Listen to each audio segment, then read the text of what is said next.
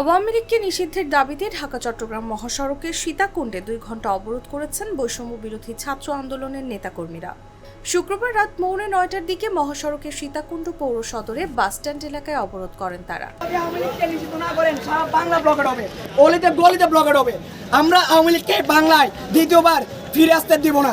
এই স্বৈরাচার আওয়ামী লীগের শেখ হাসিনা, শুধু শেখ হাসিনা, আওয়ামী লীগের কোনো নেতাকর্মীকে আমরা বাংলায় আসতে দিব না।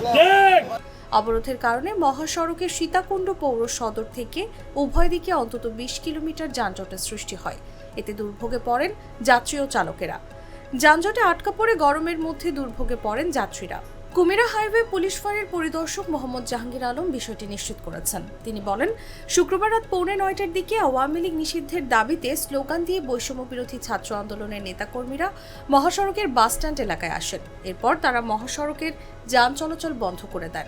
মহাসড়কে তারা প্রায় 2 ঘণ্টার মতো অবরোধ করে রাখেন। পরে পুলিশের অনুরোধে মহাসড়ক ছেড়ে দেন তারা।